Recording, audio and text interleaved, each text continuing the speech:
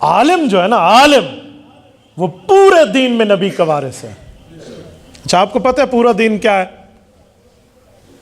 شاید جو میں بات کر رہا ہوں آپ کے لیے نائی ہو، لیکن میں حوالوں کے ساتھ کر رہا ہوں۔ قرآن کریم میں اور حدیث پاک میں پورے دین کی بات کی گئی ہے، ادھورے کی نہیں۔ پورا دین کیا ہے؟ پورے دین میں تبلیغ بھی ہے، تدریس بھی ہے، امامت بھی ہے، خطابت بھی ہے، مصلی بھی ہے، ممبر بھی ہے، تعلیم بھی ہے، تجوید بھی ہے، تصوف بھی ہے، خانقاہوں میں اللہ اللہ بھی ہے، اور اسلامی سیاست بھی ہے۔ یہ سارا دین ہے۔ خالی دین مسجد تک محدود نہیں ہے۔ اسلام عالم کو خلافت بھی دے سکتا ہے، حکمرانی بھی دے سکتا ہے، ریاست بھی دے سکتا ہے، اور وہ ملک کی سیاست میں اگر عالم دینی بنیاد پر کردار ادا کرے تو وہ حضور کی نیابت میں، حضور کی میراث میں کر سکتا ہے۔ آؤ میں آپ کے سامنے ایک آیت لاتا ہوں، سورۃ نمبر 12 سورۃ یوسف۔ حضرت یوسف بن یعقوب بن اسحاق بن ابراہیم علیہ السلام، سلسلہ انبیاء ہے، سلسلہ الذہب۔ حضرت یوسف علیہ السلام نے فرمایا اجعلنی علی خزائن الارض، کہ میں وزیر خزانہ کے طور پہ بہترین خدمت سر انجام دے سکتا ہوں۔ وقت کا نبی کہہ رہا ہے۔ حضرت سلیمان علیہ السلام نبی ہیں، بادشاہ ہے۔ حضرت داؤد نبی ہیں، بادشاہ ہیں۔ تبھی میرے پاک پیغمبر نے فرمایا، صحیح بخاری جلد اول کتاب الانبیاء کی روایت ہے، حضرت ابو ہریرہ رضی اللہ عنہ راوی ہیں۔ سنیے ذرا 2 منٹ کے لیے آپ اپنی توجہ مبذول میری طرف کیجئے۔ حضور نے فرمایا کانت بنو اسرائیل تسوسهم الانبیاء کلما ہلک نبی خلفہ نبی وانہ لا نبی بعدی فسیکون بعدی خلفاء فیکثرون، صلی اللہ علیہ وسلم۔ میرے پاک پیغمبر کی صحیح حدیث صحیح بخاری میں موجود ہے، جس کو پڑھ کے مولوی کے سر پہ دستار فضیلت سجتی ہے۔ اللہ کے رسول نے فرمایا لوگو، انبیاء آتے وہ نبی بھی ہوتے اور اسلامی سیاست دان بھی ہوتے۔ صحابہ کرام نے کہا یا رسول اللہ عجیب بات۔ فرمایا جی ہاں، کلما ہلک نبی خلفہ نبی، ایک نبی فوت ہوتا تو اللہ دوسرے کو نبوت بھی دیتے اور اسلامی سیاست بھی دیتے۔ یوں سلسلہ چل رہا ہے، اور اب میں ہوں انہ لا نبی بعدی، میں انبیاء کا آخری نبی بھی ہوں اور انبیاء میں آخری سیاست دان بھی ہوں۔ میرے بعد نئی نبوت کا دروازہ بند ہے۔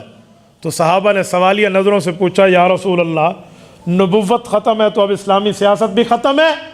حضور نے فرمایا جی نہیں، فَسَيَكُونُ بَعْدِي خُلَفَاء، فرمایا میرے بعد میرے خلفاء یعنی علماء آئیں گے، 1-2 آئیں گے؟ فرمایا جی نہیں، فَيَكْثُرُونَ، کئی آئیں گے۔ اس حدیث سے پتہ چلتا ہے صرف 2 رکعت کا مولوی امام نہیں ہے، پیغمبر کی وراثت میں وہ امت کا امام بھی بن سکتا ہے۔ آپ یہ نہ سمجھیں کہ 2 رکعت کا امام، وہ قوم کا امام بن سکتا ہے۔ اور عالم جب اسلامی سیاست میں کردار ادا کرے تو پھر وہ کام ہوتا ہے جو رہتی دنیا تک یاد رکھا جاتا ہے۔ میں 2 باتیں کرنے لگا ہوں اور دونوں سید گھرانے سے کرنے لگا ہوں۔ امیر شریعت سید عطا اللہ شاہ بخاری رحمہ اللہ، آپ کے جتنے بزرگ بیٹھے ہیں، جب 1953 کی تحریک چلی تھی تو لاہور کی سڑکوں پر ہزاروں بچوں کا خون نہیں بہا تھا، ہزاروں ہمارے نوجوان شہید نہیں ہوئے تھے، 10,000 بندہ شہید ہوا ہے، 1 لاکھ زخمی ہوا ہے، 10 لاکھ بندہ گھر سے بے گھر ہوا ہے، لیکن قانون مرزائیوں کے خلاف نہ بن سکا، قادیانیوں کے خلاف قانون نہ بن سکا۔ لیکن اس تحریک میں اخلاص میں ہمیں شک نہیں ہے۔ اس وقت قوت تھی مسجد کی، مدرسے کی، مکتب فکر کی، خانقاہ کی، اللہ اللہ والوں کی تبلیغ کی، تدریس کی، تعلیم کی، تجوید کی، تصوف کی، سب کی ساتھ تھا۔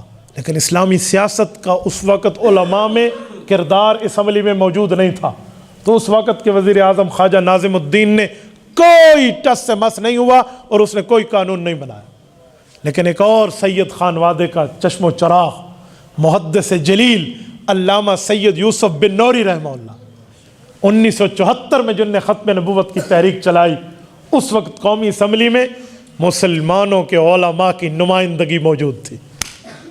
مولانا مفتی محمود رحمہ اللہ، مولانا غلام غوث ہزاروی رحمہ اللہ، اور ان کے ساتھ باقی علماء، بریلوی، دیوبندی، اہل حدیث، جتنے مذہب کے نام لیوا علماء تھے وہاں ایک پیج پر تھے، اور ان سب نے حکومت وقت کو اس بات پر قائل کیا کہ قادیانیت کا مسئلہ یہاں زیر بحث لایا جائے۔